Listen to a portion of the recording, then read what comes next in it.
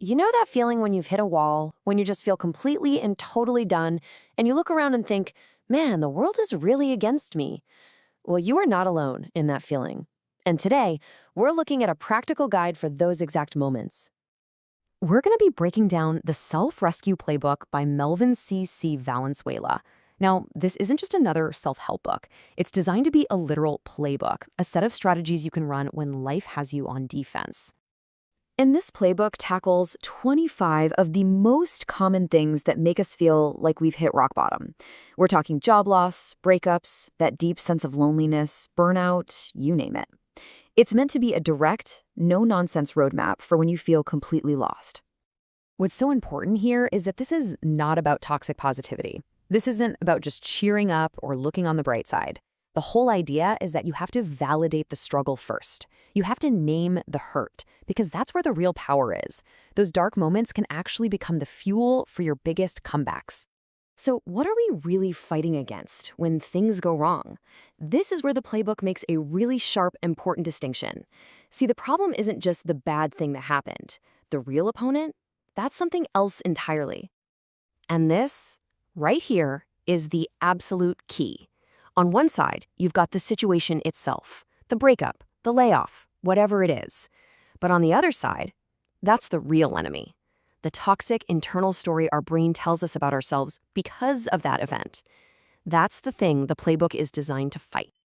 And I bet some of these sound painfully familiar, right? They're the stories our mind spins when we're down, the little whispers that turn a temporary setback into a permanent judgment on who we are. Just being able to spot these lies is the first step to taking your power back. Okay, so if these lies are the enemy, how in the world do we fight back? Well, the playbook gives us a core framework for this. It's called the winning play, a repeatable 4-step strategy to tear down those toxic stories and build a new perspective. Okay, let's break this down, because this is the whole engine. Step 1 is validation, just giving yourself permission to feel awful, no judgment. Step 2, deconstruction. That's where you pinpoint the specific toxic lie and you call it out. Third is the reframe. You consciously choose a new story. And finally, step 4, rerouting. You take one tiny, tangible action to start moving again. So, theory is great, but let's put this playbook to work. Let's see how it actually operates in a real-world scenario. The book uses this for 25 different challenges, but we're going to walk through a really common one, that quiet crisis of feeling isolated and lonely. So, step 1, validate. We're not going to say, oh, I should be fine with being alone.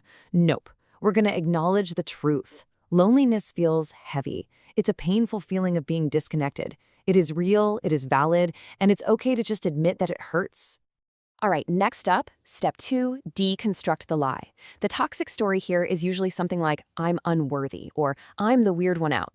The playbook helps you swap that lie out for a much more practical truth. This isn't about your worth, it's about practice. Your social muscles have just gotten a little out of shape, like any other muscle would.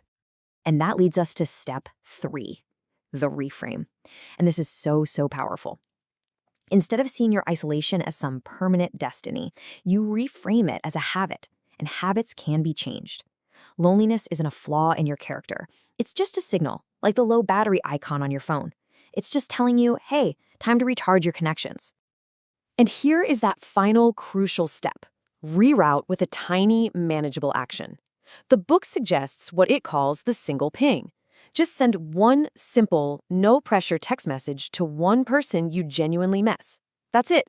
No grand plan, just one small step to get the ball rolling again.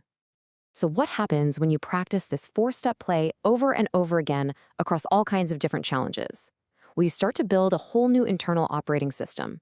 The book calls this your unshakable code. And this code, this new mindset, really boils down to 3 fundamental truths. Once you internalize these, you start to handle whatever life throws at you in a completely different way. So number 1, validation always comes first. Being honest with yourself is the foundation for everything. Number 2, the lie is the real enemy. You learn to separate the situation, which is temporary, from that dangerous story you tell yourself. And number 3, and this might be the most important one, resilience is small. It is not about one big heroic act. It's about the quiet discipline of taking one small step, and then another, and then another. And that brings us to the book's final powerful message, which is really a question for all of us. You don't need some massive 5-year plan to change your life. The real power is in the small, immediate choice. So, looking at your own life right now, what's your next small pivot?